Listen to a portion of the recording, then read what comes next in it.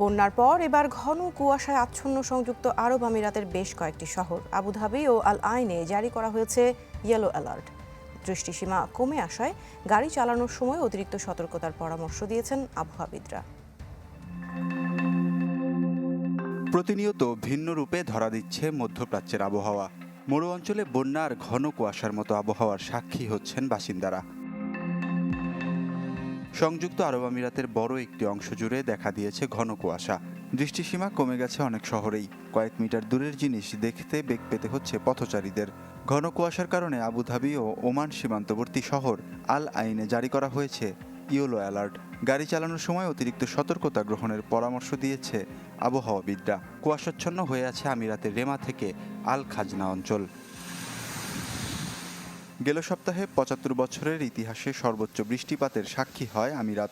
এতে বন্যা কবলিত হয়ে সাময়িকভাবে অচল হয়ে পড়ে বিমানবন্দর, মহাসড়ক সহ মেট্রো স্টেশন। আকস্মিক এ বন্যায় প্রাণ যায় বেশ কয়েকজনের। ভারী বৃষ্টি, বন্যাসহ সাম্প্রতিক এমন প্রাকৃতিক দুর্যোগের জন্য ক্লাউড সিডিং বা কৃত্রিম বৃষ্টি নামানোর প্রক্রিয়াকে দায়ী করছেন অনেকে। যদিও আবহাওয়ার এই বৈরী রূপের জন্য ক্লাউড সিডিং পদ্ধতি দায়ী নয় বলে জানিয়েছে আমিরাত প্রশাসন। ওয়ালিউল্লাহ ফারুক, চ্যানেল 24।